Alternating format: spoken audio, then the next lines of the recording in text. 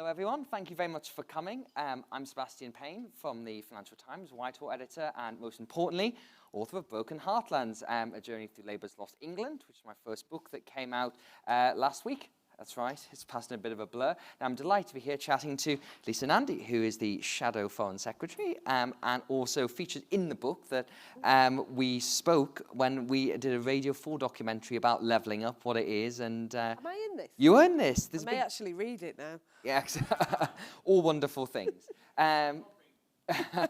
So over the next hour or so, we're going to be having a bit of a chat about some of the themes in the book, about what happened in 2019, how Labour can get back into power.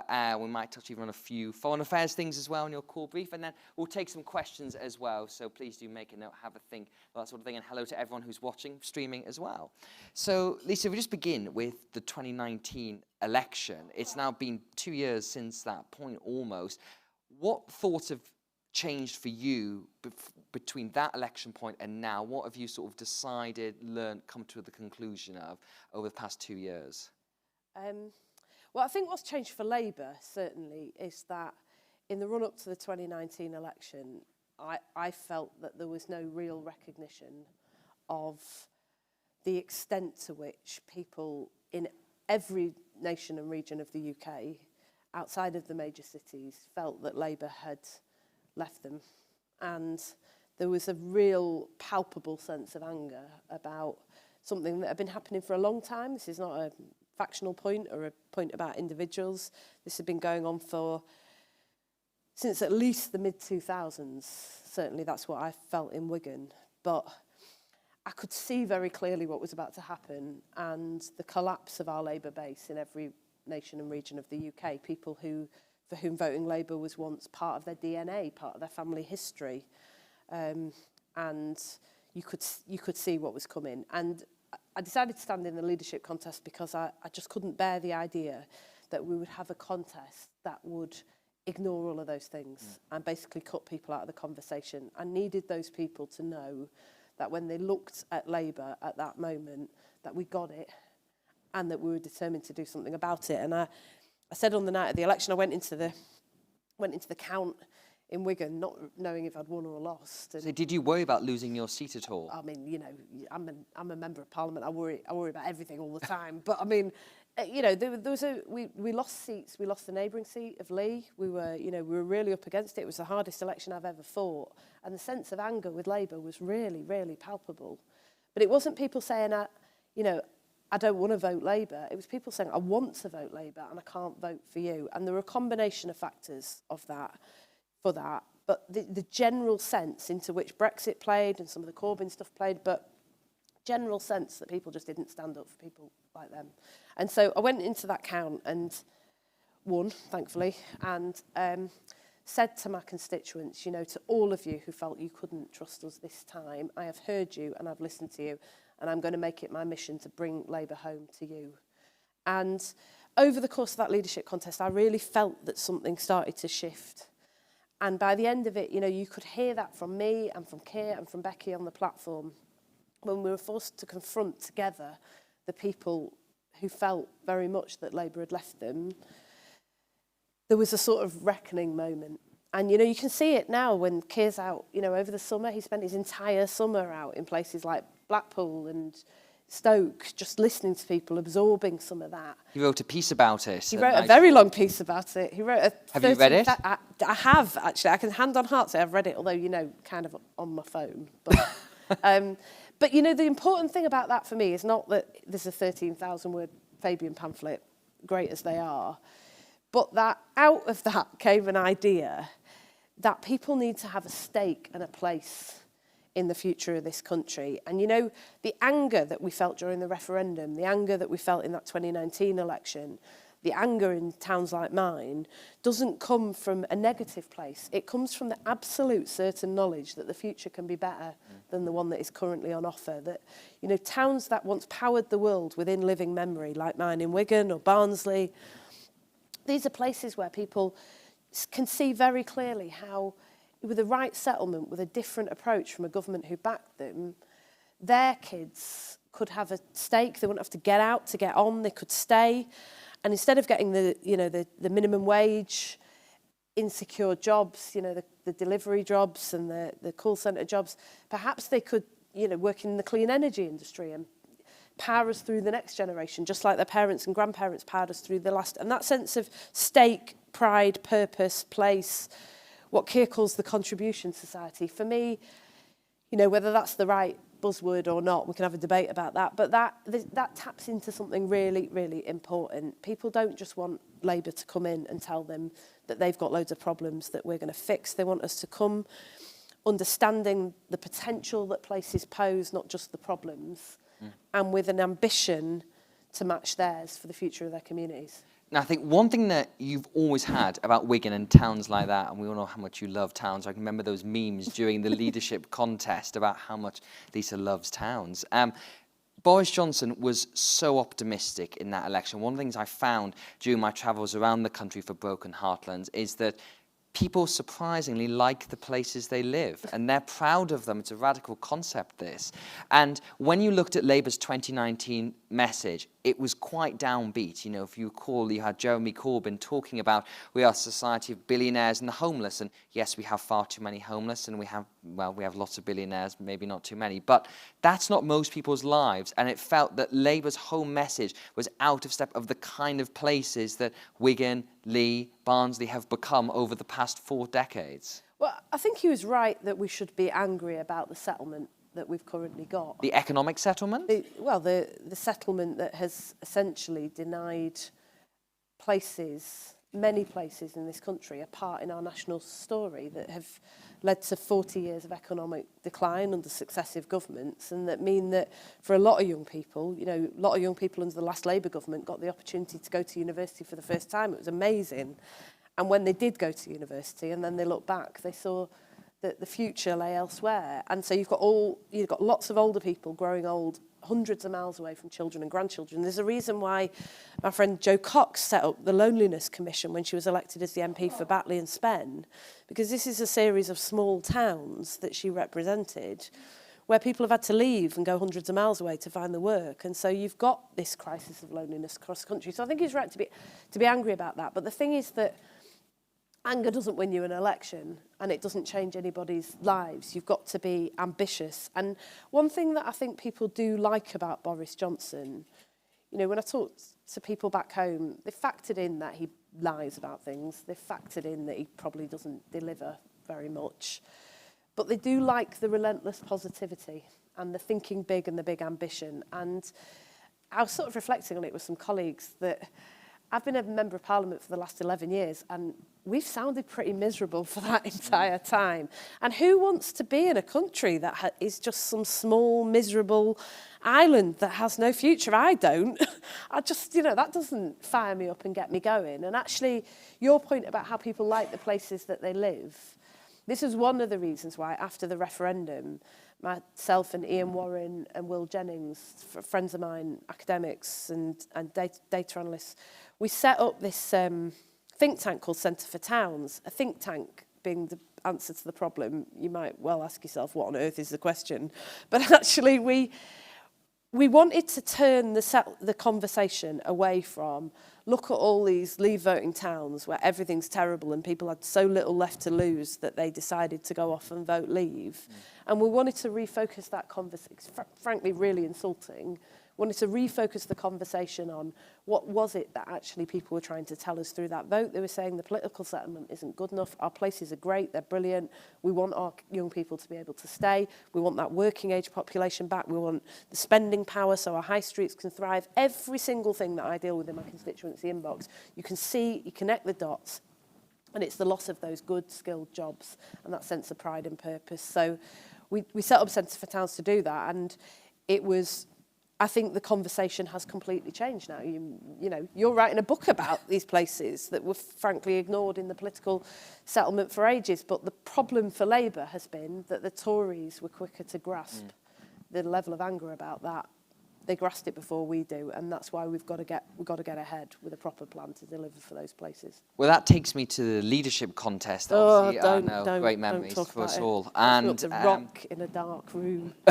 thinking about it. Well, you said, I think in an interview recently, that you said you would not run for leader again because it was such a bad experience during that contest. Like, first of all, was it really that bad? And you did achieve what you set out to. You got the towns and these places at the front of the conversation. So I'm really proud of what we did in that leadership contest. I did an interview with the House magazine, and it was quite odd, actually. I don't quite know how I simultaneously managed to land a headline that said, we need a woman to be leader of the Labour Party, which sounded like I was about to challenge Keir Starmer, which I'm not, by the way.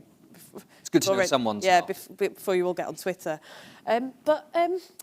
But I also managed to say that I'd never ever run again because it was so dreadful. And actually, Harriet Harman pulled me up on that and said, "No, come on, that's not." So would you like to refute that? You've got the opportunity now. No, look, I don't want to run for leader again. But there's a very, very clear reason why not. I mean, it's hard. I mean, I'm not saying for a moment that it's not hard.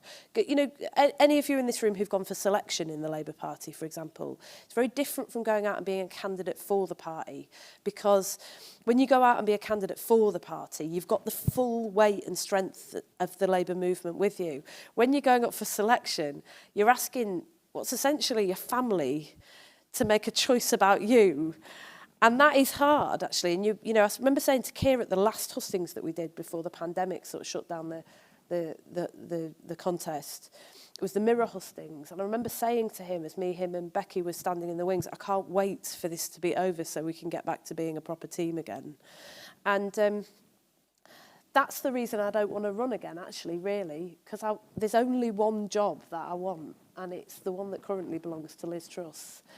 I want to be in government because I want to change people's lives. That's in the end why I came into politics. I used to work in the voluntary sector. I worked with child refugees, and we did some amazing work with those children. They were absolutely brilliant, and we created the conditions in which they could live even better lives. But you know, for a lot of those young people, the circumstances of their lives have been set before they were even born. You know, we live in a country where what your parents do, what happened to them, the levels of education and the opportunities that they have is one of the biggest determinants of what will happen to you. That appalls me. And in the end, that's about power. It's about who has it and who doesn't, and only politics can change it. So 11 years in opposition, we can't carry on like this. We've got to get into government so that we can change that settlement for people.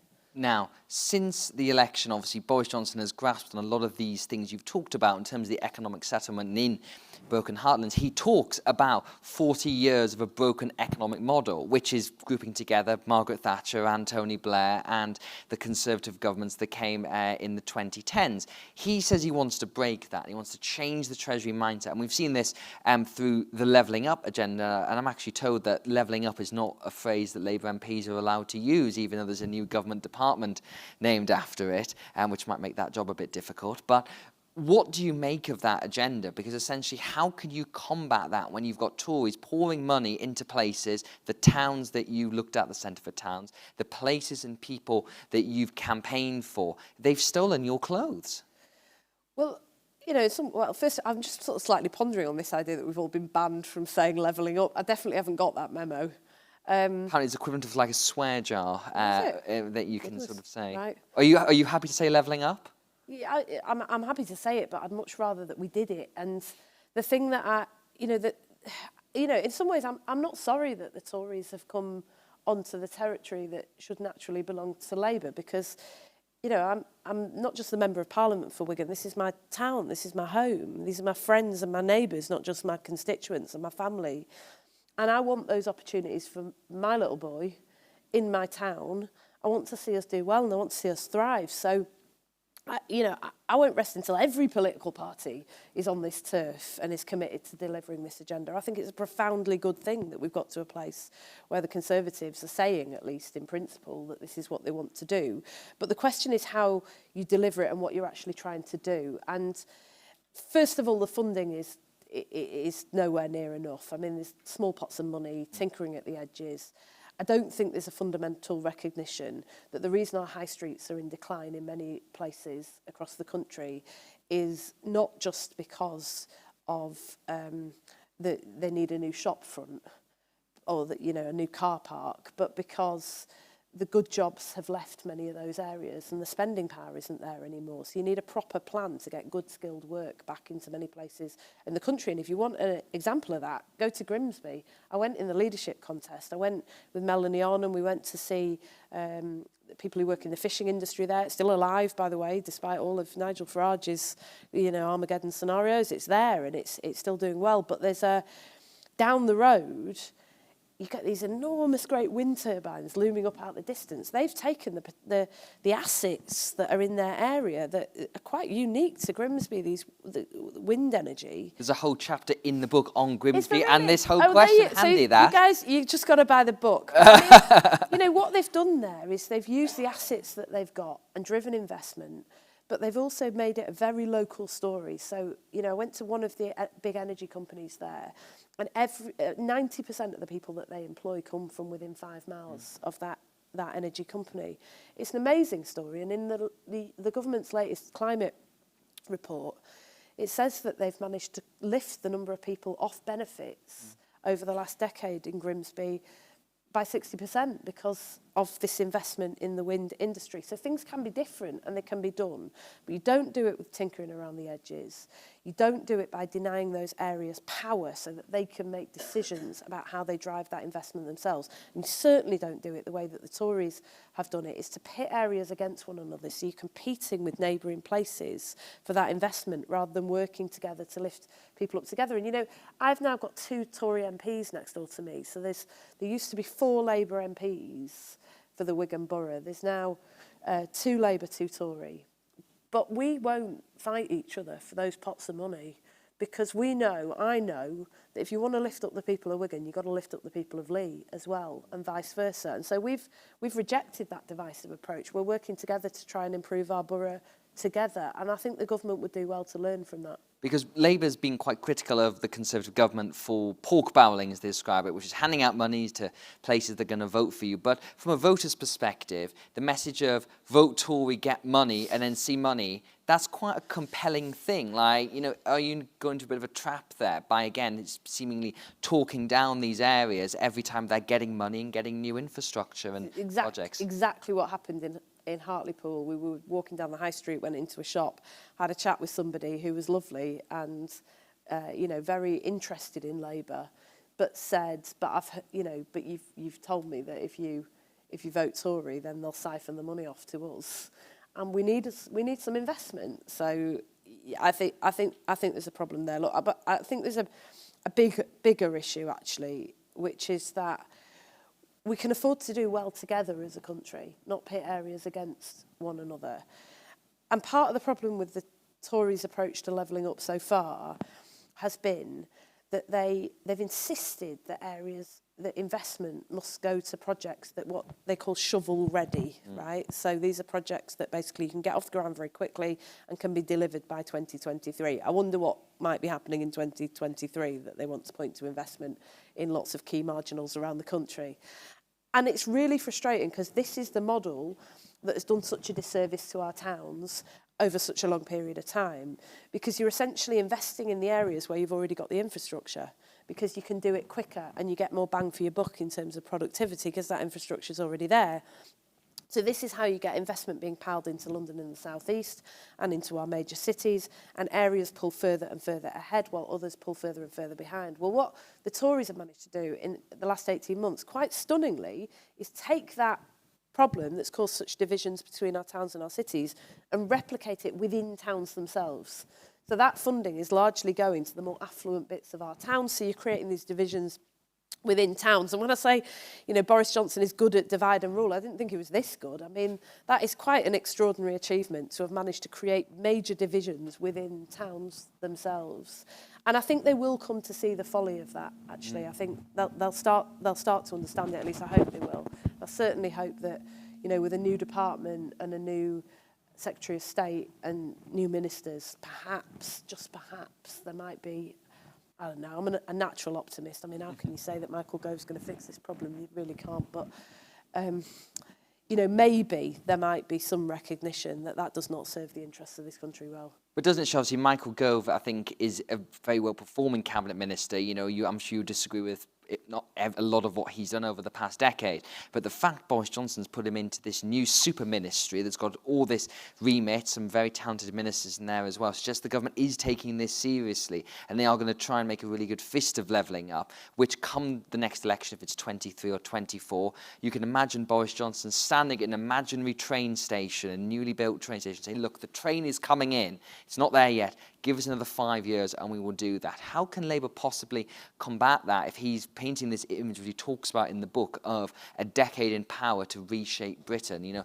if he's halfway through that mission, won't people say, okay, we voted for you once, we got some stuff, we'll vote for you 5 years and get a bit more stuff? Yeah, I mean, I've refused to be depressed about the idea that they might finally be taking this agenda seriously. I want Britain to do well. So, you know, I spend a lot of time trying to persuade cabinet ministers to take this stuff seriously and, you know, make no apology for that, alongside lots of our brilliant colleagues who are in power, our Labour colleagues, whether it's Mark Drakeford in Wales or Marvin Rees in Bristol, Simon Greaves in Bassetlaw. This is the sort of thing we ought to be doing, is trying to convince the Tory government to make the lives of people in this country better, even as we seek power in order to change things. But I don't know. I am a bit sceptical, to be honest. Michael Gove you're absolutely right. He's the sort of person who gets things done. But you've got to look at what he gets done. And the worst thing that the Tories ever did to the education system in this country was Michael Gove. So, you know, excuse me for being a little bit sceptical about what happens next. I strongly suspect that the reason that Gove has been put into that department is because Boris Johnson thinks this is the way he's going to win the next election. But I'm not at all convinced that he thinks he's going to win the next election by delivering. I think he probably thinks he's going to win the next election by using this kind of levelling up agenda to try and win votes and as you said, steal Labour's clothes. And I think that... you know, people keep asking me, you know, obviously because I'm Shadow Foreign Secretary, people want to talk about Brexit quite a lot. And they keep saying to me, is Brexit over? You know, is that finished? And, you know, in one sense, I think the country has moved forwards because, you know, an end to the division and the disruption. People want to look to the future and that question about whether we're in the EU settled. In another way, that slogan, take back control, that wasn't just about Brexit, that wasn't just about the EU, that tapped into a very real sense that people had lost a lot over recent decades and wanted to have a stake in the future again. So in lots of ways, levelling up is the new take back control. And that's the thing that we've got to grapple with. And we've got to show that we've got an alternative and that we can be trusted to deliver it. And you heard Rachel setting out some stuff in the hall this week about trust and credibility. But this is really important for us because we can have the best plan in the world. You know, we've made plans after plans after plans over the last 11 years. But if they don't trust us to deliver, then we'll never actually get to do it. Well, just on the Brexit issue, because I know you grappled with this quite a lot personally, because Wigan was a pro-leave part of the country. You voted Remain, and you never backed a Brexit deal in Parliament. Do you regret that? Well, I did, actually. Which one? So, yeah, which one? Well, look, I never voted for the withdrawal agreement under Theresa May, but that wasn't... Do you regret that? No, I don't. I mean, I regret that we were still there years later talking about it, but I don't regret not voting for the withdrawal agreement that she put in front of us. And the reason why, I know this gets a bit techie and boring, but the reason why is because there wasn't a deal, right? So we didn't know what we were voting for.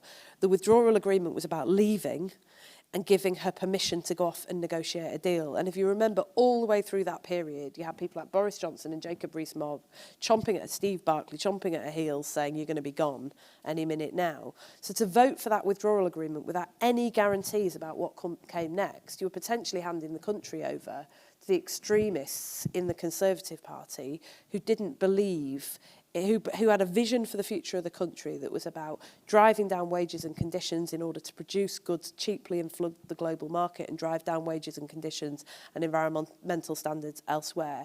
I wouldn't have been able to live with that on my conscience. But what I did want her to do was to put a bill before Parliament, because I thought if she puts it into a bill, then what we can do is vote it through at second reading and get into the meat of what that deal might look like at committee stage. And then we can have this vote on the second referendum, and lo and behold, we can find out that there isn't even a majority for it in Parliament, and then we can move on and start getting serious about getting a deal with the European Union. And when she brought that bill, she announced she was bringing that bill. I said I would vote for it, and then she was gone within 24 hours because nobody else would. I think it was just me and Caroline Flint at that point who was supporting it. She lost the whole of the Tory party. Not even sure she was. So, and I voted for Boris's when he brought the withdrawal agreement just before the 2019 election. I decided this is the moment, we've got to do this. So I voted for it. I've still got a letter from him thanking me, which takes pride of place in my bin. I was going to say, do you have that framed above your toilet or something? No, I guess. I have got the letter from the Chief Whip framed somewhere, reminding me that that it is not acceptable to vote against the Labour Whip.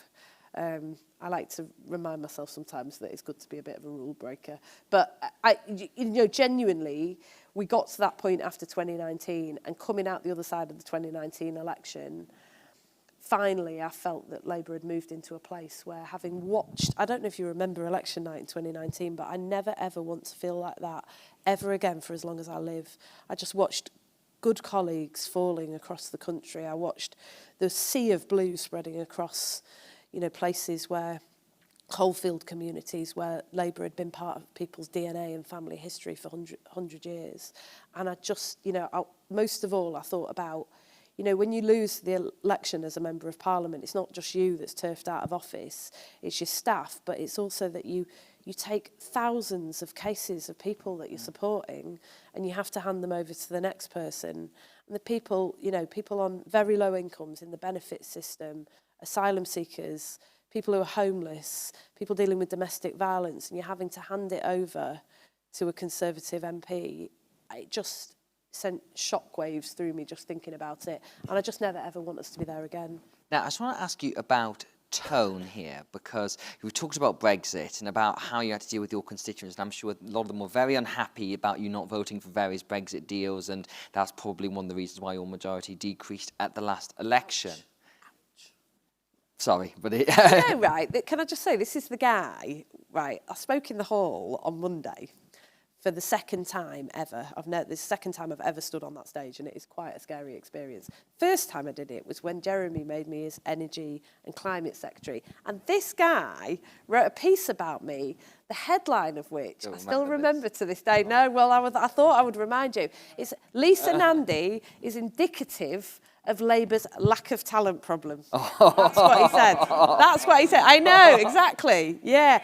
I was going to try and print off the copy and bring it with me, but thankfully I'm too disorganised to do it. I'm incredibly happy to recant on that piece. Quite right, that is not the case. Recant all your previous views. We've all grown since that time. But what I do want to say, though, is, you've talked in a very respectful way about towns, about the people who have left the Labour Party to vote Tory. What do you feel about language like talking about Tories as scum? I don't like it because it's not the way I do politics. So I think you can have and should have profound disagreements with one another about the future of this country and about the values on which that's based. And you should be able to do that in a decent, respectful way that doesn't personalise the situation. I made a little joke about Michael Gove, but I mean, if he genuinely wants to deliver the levelling up agenda, if he rang me and said, what should I do about it, I would go right in there and tell him. And I just don't like this othering of people. I don't think it serves us well. I don't like insulting people. Because in the end, I don't want to insult the Tories. I want to remove them from office so that we can get on with changing this country. And I don't think, to be honest, that the best way that you do that is not just by insulting them, but by insulting a lot of people who voted for them. That's the point, isn't it? Because if you're saying, as the Deputy Leader Andrew Rayner did, that she wants to get rid of Tory scum who are homophobic, who are racist, what does that say about people who vote for these scum, as she used that word? Is it saying that they are scum, that they are likened to scum? It does take you down a very dark route. I don't think it's wrong at all to point out to people that we've got a Prime Minister who has written over the years and said the most appalling things about Muslim women, about the LGBT community, about people of colour. I think it's fair and it's right to be angry about that and to highlight that, and especially the fact that he hasn't apologised, that we still have a Prime Minister of this country who's talking about levelling up the country, but is incapable of speaking for so many of the people in it because of those comments. you know, it's not my way of doing politics. I don't think we should be insulting other people, but I think we absolutely should hold him to account for that. Just to give you an example of how ridiculous this is, Boris Johnson thinks that he can do all of that, stoke all of this division, weaponise these sort of, what he calls the culture wars, and I call people's lives, and win power in places like Wigan. But, you know, when he was doing that daft stunt where he was trying to stir up division about the statue of Churchill, as my colleague David Lammy said, the only person actually talking about this statue is Boris Johnson himself. And back home in Wigan, people just could not understand what on earth he was doing. They thought he'd lost his mind, going on about a statue constantly when people have got real problems in their lives. And to put it in context, we've only got 2 statues that we've erected by public subscription in Wigan. One is a tribute to the men, women and children who built our mining industry and helped to build this country and power us, you know, build our wealth and influence. And the other is to a man called Billy Boston, who some of you may know. You're all looking blankly at me. Shame on you. He is a legend of rugby league. Played for Wigan for a long time, but was also I think I'm right in saying he was the first person to ever play for England as a black man. And that's who we chose to pay tribute to when we were given the choice. So this idea that there are these large swathes of the country where people will flock behind these nasty, divisive, racist, homophobic comments, he's just wrong about that. This is a better country than he would have us believe. And that's what Labour has to give voice to. You said tone. That's the challenge we've got to crack. We've got to give voice to the country that we are and that we know we can be. Because behind all this big talk about global Britain and all these big plans is a very, very pessimistic, cynical view, I think, that he has of the people in it. And we know that we can do better. So on this cultural divide issue, which is, it does exist,